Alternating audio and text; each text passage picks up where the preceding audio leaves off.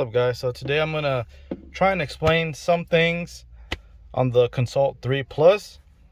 When I made the video about the Consult 2, I'll let you guys know there's a 3 and then there's a 3 Plus.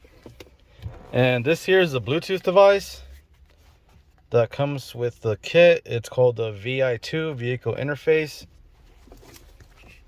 It does connect straight to the OBD2 port, but you can also connect it directly to the laptop. So the laptop the program is specific to this laptop only. Yeah, hello. So I already plugged it into the OBD2 port. All right, guys, so I already turned on the computer, and this is the program right here. So this serial number is just the VI2 serial number. It's just so it could connect, so it knows which one to connect to, because the program is able to use and connect to more than one of the Bluetooth devices, the VI2. So normally when you open the program, all these are grayed out. You cannot use them until it connects to a VI2. But since I had already plugged it in at first, they all pop up. So kind of just, going out of order, but the immobilizer would be the NAD system. This is actually grayed out even if you have the VI2 plugged in. What it is there's a security card that goes in there, and it's in there right now. Without that security card, this button is still grayed out. So it's a special security card that lets you program keys.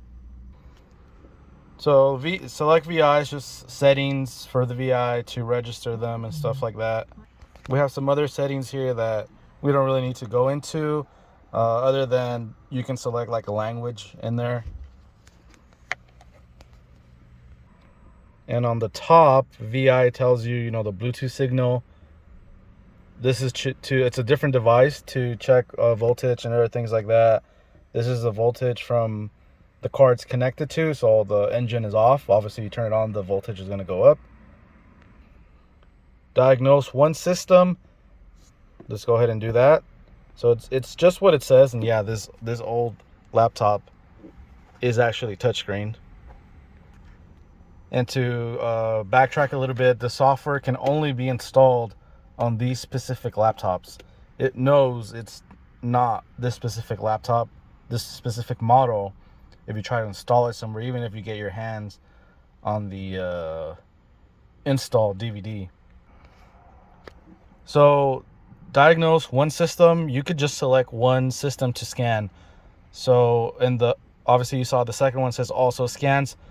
It scans for all possible modules in the car, and it'll show you any codes. But let's just do obviously let's just do engine and see what this car has right here. So it's gonna connect to the car. I'm gonna go ahead and pause this for now. So now it went to the next screen, which is communicating to ECU, and then it should show us some codes. This one doesn't take too long. There we go. This ECU, for the ECU or the ECM, whatever you want to call it, ECU is actually better, to be honest. There's no codes. So this is when you have a regular scanner and you scan it in, you check for codes. It says no codes detected. That's DTCs. No DTCs detected. Is detected. Further testing may be required. Why does it say that? Well, it says that because you're probably scanning it for a reason, but this is just to show you guys. So there's no testing to do because there's nothing wrong. So in other scanners, so like, why this scanner? So I know I'm jumping all over the place, but why this? Well, this is the actual tool from the dealer that they use on the Nissan Infinitis. And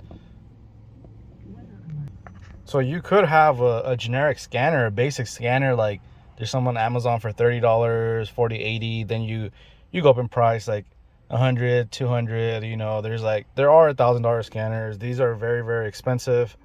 There's some of these, the newer ones, like I said, which I do have. It literally goes up to about $8,000. And let me tell you, this thing comes in handy so much. It's very, very handy to have something like this, compared to like $100 scanner, or even the ones that are like 1,000, 1,500, this is literally the best thing to have. For example, some of the ones that don't cost a lot, I don't want to call them cheaper because they're really good. They serve their function. For example, you're going to scan for codes for the ECU. Does it do its job? Oh yeah, of course. It is worth the $40. Some of them don't, just the price depends because of what the functions the scanner can do. So some of them only do the ECU, some of them, so they all do ECU, but some of them will do ECU and transmission, some of them will do ECU and ABS, some of them will do ECU, transmission, ABS. Then you can add the airbag. Some only do ECU and airbag. There's a lot of modules to scan in the car, and it depends on the car. And then some of them do not even scan the BCM. So obviously this one does. But it's a dealer tool, so it's not just a scanner. It does a lot of programming as well. So let's move on. Some of these tabs, they're just there, like in general. So depending on the car, they won't work on it because that function does not exist for that car. So the tabs are there, and if it doesn't work for your car, it just gives you an error. But doesn't mean anything's wrong. Just, I don't know why they coded it like that. They worded it like that. It could have just said like function not supported on this vehicle. Sometimes it says that, sometimes it doesn't. This is a data monitor.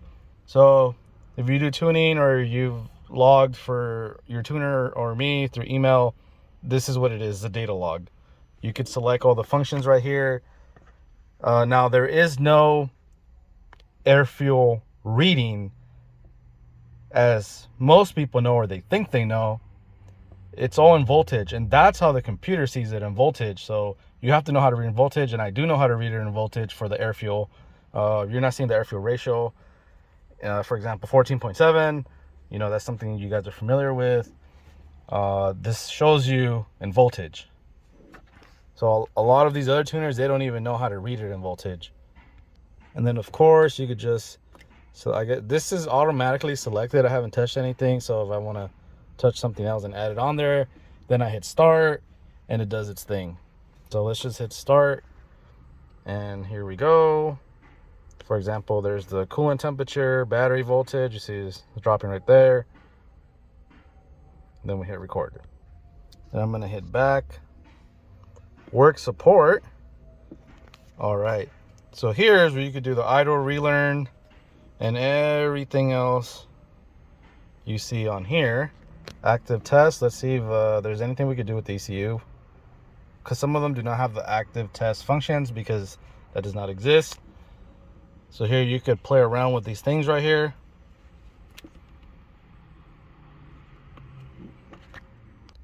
You can see the ECU part number. And then for this one, I'm just gonna go back. So now you saw if there were any codes, they would show up here. So I believe, so now I'm gonna go back and just scan everything. See, that's how it shows up gray until it connects to everything. So I'm gonna hit all. And right now it's checking for the VIN on the car.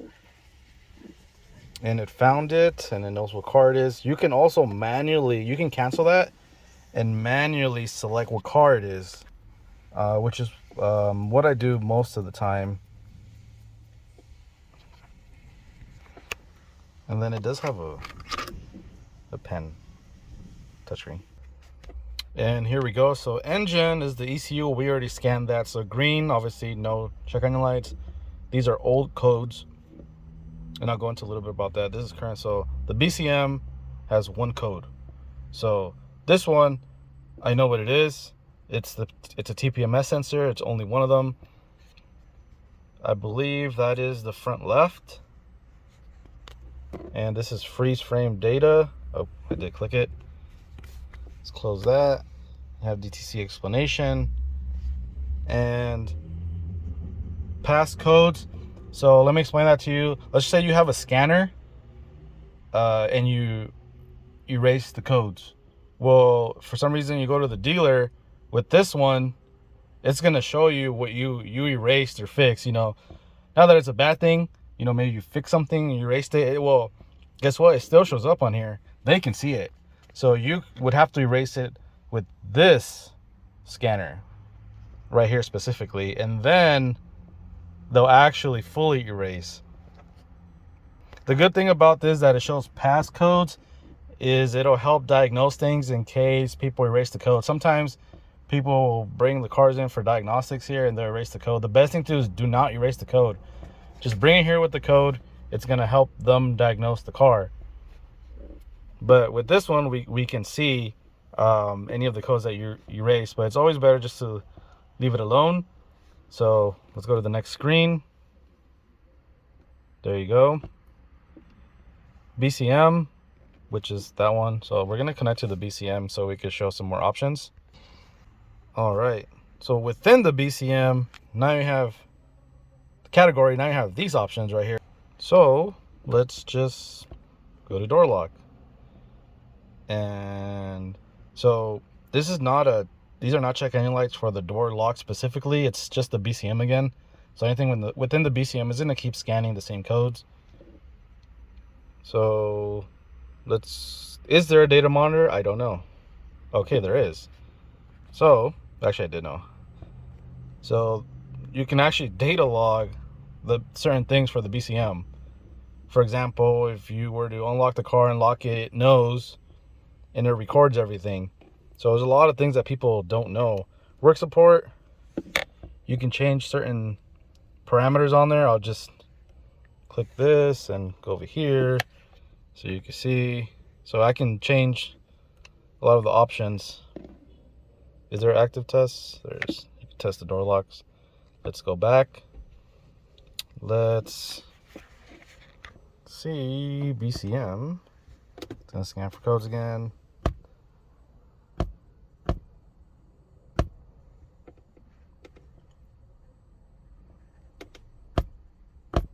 Let's go back. So these are the options right here. Now let's go to transmission. Old code. Logging transmission things. Work support. Is there a testing? No, I didn't think so. Let's go back. So you have the airbag, the cluster, IPDM. You have a lot of good stuff here. You could just check out, play around with, clear things, erase, diagnose. Now let's go to reprogramming, which would, well, I was going to show you. Just go through the screens. Oh, this one only has one page. So I'll leave that there for you guys. Okay, click next. Let's hit cancel. And so these are, it's under Infinity. It's G37 sedan, 9, 10, 13. So you see 11's missing. So 11, maybe they didn't make sedans. So obviously it's not there for a reason. 11 and 12 are not there. Maybe they're only coupes. No, actually, I don't know.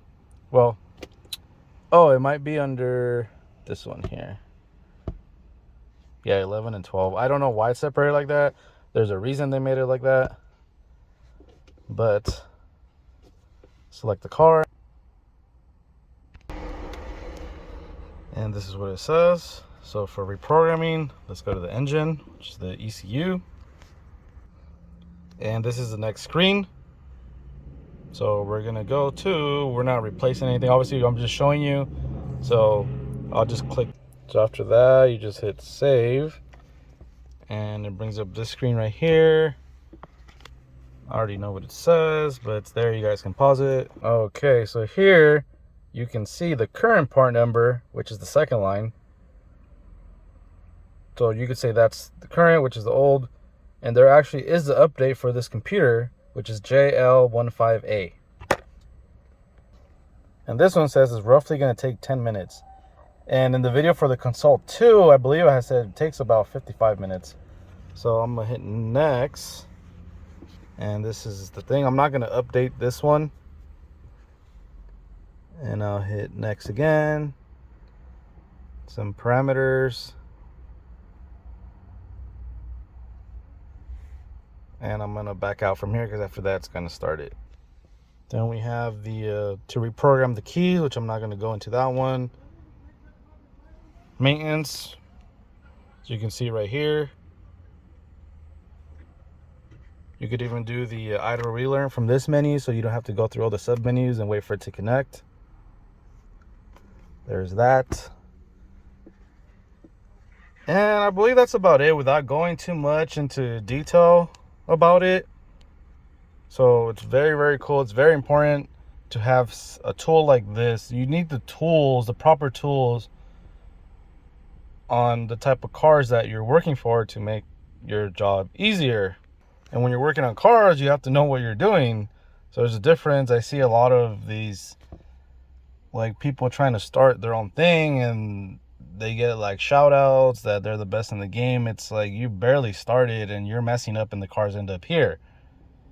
You know, it's just the difference is the thing is if you're still learning, you know, then you're learning, but don't say that you're the best, you know. I see a lot of that stuff. And then what you guys don't know is these people always message me or George asking for help. And then if we were to tell you anything and you fix it, you say that you fixed it yourself. It's like, but you actually asked us, but we already know. I'm not gonna say any names. I literally have like people that still come here, and I do stuff for their cars, and you know they just go and say that they fixed it, but that's fine, no problem. I get paid. So I saw. Oh, actually, well, we could also go. I didn't do the other stuff here. I just want to show you the transmission screen for the reprogramming as well. For that, click select. So there's also different functions, like I was telling you, that you can change certain things from the factory. What I mean by that is, for example, there's a lot of things. I'm just gonna name like one or two or a few. The lights, these lights right here, the timer for that. So when you open the door, when you lock the car, you can change the time on that. So for example, I don't remember right now, but let's just say once you unlock the car and you come in, and let's just say you're just sitting in your car, maybe it's about 10 seconds before the lights start to dim out and turn off. Well, you can change that to 30 seconds or a minute, something like that. There's a few options. You cannot select, for example, a custom amount of time you want. It's just the preset time, but you can change it if you want. There's other things like that as well, where there's certain timers that you can change as well. And something to do with the windshield wipers, you can change the speed on there. So I'm not gonna try that. What if they go flying off or something? But that's pretty cool. It's like they made this car, they make these cars or any other type of car, and you can actually go in and change the factory settings on things like that. In a way, there's still minor things, but it's pretty cool that if you wanted to, you can adjust it, you can change it. So, you know, the ABS, it has a computer in there, has a part number. IPDM, you know, I had someone tell me that there's no computer in there. There is a computer in the IPDM. There's two things. Well, one, I've opened it up and there's literally a little mini processor in there. And two, you can scan for codes for the IPDM box. So it stores codes as well. But where is transmission? So you see, this car does not have 100% of everything here. So it's just showing you in general the tabs you can click. If it doesn't have it, it'll tell you it cannot connect to it. So let's go to transmission. Hopefully this car has a transmission. Let's go to reprogram. All right, and that's the transmission part number, X766A. And this one was already updated to the most current part number. I exited the menu and went back to the home screen.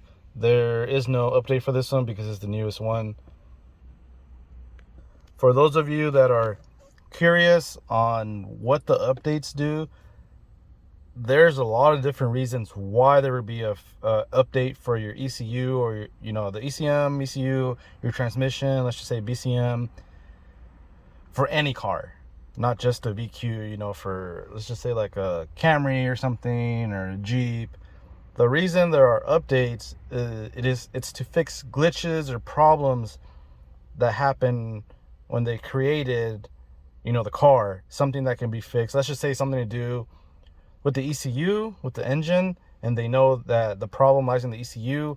Well, they can find the problem, fix it through code. They create the new file, they test it out supposedly, and they see that it does fix it. They release it to the dealers, and then they'll make, you know, a bulletin, or bulletin that there's an update for a specific car. And then when you go in, they flash it. It takes however long it takes, and now that fix is in your car. Or for example, if you have a automatic transmission and a car that's a manufacturer just created, and everyone is complaining, let's just say it slips under a certain condition. Well, the manufacturer will find out what's wrong. They found out, okay, it's not exactly a part that's defective. It's the calibration from whoever created that calibration at the manufacturer. They found the problem, and that person fixed it. But how do you get it out to the customers? Well, through an update like that. You go to your dealer and they'll check, and they'll see that it has an update that needs to be flashed, and then now the transmission will work because they figured out what was wrong. So those are the reasons why you have ECU updates. So it's not like your car is going to get faster. It's just there's fixes. Your car may not be experiencing certain problems. It might not ever, but the update is there to prevent it from happening, or eventually maybe your car will. But that's what the updates are for. Something like this, very, very important to have. That they do have this for Toyotas and diesels and stuff. It's literally the same laptop. This is the laptop that I guess they like to use because it's very durable. It's meant for stuff like this. So if you work on a specific type of you know, like Toyota or Nissan or whatever, and you're able to get your hands on a dealer diagnostic tool like this, like from the dealer, then I would recommend you get it. If you actually work on those cars all the time, it comes in handy. It's a smart thing to do. I guess you could say it's a good investment, how they say. I actually just bought this because I wanted it. I just wanted it for fun. And then the other one too. Oh yeah, I don't have the other one on me. I have it at storage, but I need to show you guys the other one, where the VI2, which is actually, that one's called the VI3, is a touchscreen. It's very, very cool. That one, if you just want to do a quick scan, you just plug it into the OBD2, and you could just scan for codes through the scanner itself. You don't need the laptop, so it'll just give you like a quick scan. And then I did mention earlier that you can connect multiple VIs to the Console 3 Plus. Let me give you an example on that if I didn't before, because I don't remember. I probably won't edit that. So let's just say I am updating the ECU or the TCM, which is the transmission computer. So let's just say that dealer only has one of these laptops because they're very expensive, and we all know that they're stingy and they're not going to want to buy like multiple ones of these. Most dealers usually have one or two at the most. They try to have two of the Console 3s because, well, they are pretty pricey. Even for a dealer, you know, the owner is trying to save money, obviously. So let's just say I am flashing the ECU because there is an update. Well, if someone needs to diagnose a car, but I'm flashing it, that they can't do it, you know, technically, because I'm using the computer. Well, what will happen is, while you're flashing, the data actually gets stored in here first. It sends it to the VI2, and then from the VI2, it's uploading it to the computer. It's flashing. So you could actually turn this off if you wanted to, and it'll still have instructions in the VI2 and it's still uploading. So in the meantime, what you could do with that is you could be flashing, and then someone needs to use it. Well, you just go back home and you select a different VI, and it'll connect to the other tech, the other mechanics VI, and they can diagnose stuff in the meantime while this one's flashing. And then once it's done flashing, you can go back and select the VI that was flashing the ECU and continue the process after a flash. Because after the ECU flashes, you have to go through some certain steps to, like, you can say like finish the reset. So yeah, you can connect to multiple ones and use the same laptop. So I hope you guys found this interesting. Another different type of video. I'm pretty sure there are people out there that are always interested to see what the dealer uses. And I know the other one was the Console 2. It was older. And this is the newest one. There's different versions of the laptop, but they're all hard like this. For example, this one has GPS built into it, and it has the program in there. So I actually, since it's GPS, you don't need Wi-Fi or LTE connection, any type of internet connection, just the GPS. And I was able to actually put an address on there into the program. I put this address here, and it led me here. So I was using it while driving here.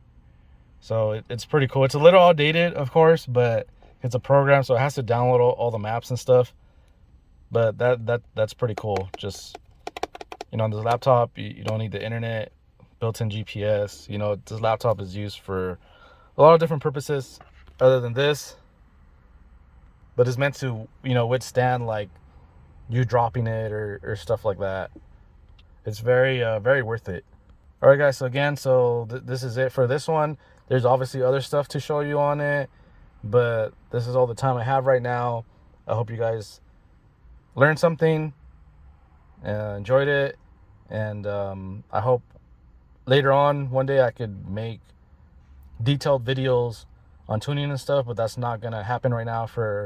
By that I mean like how to tune, how to change certain things, but that you guys know why that can't happen right now.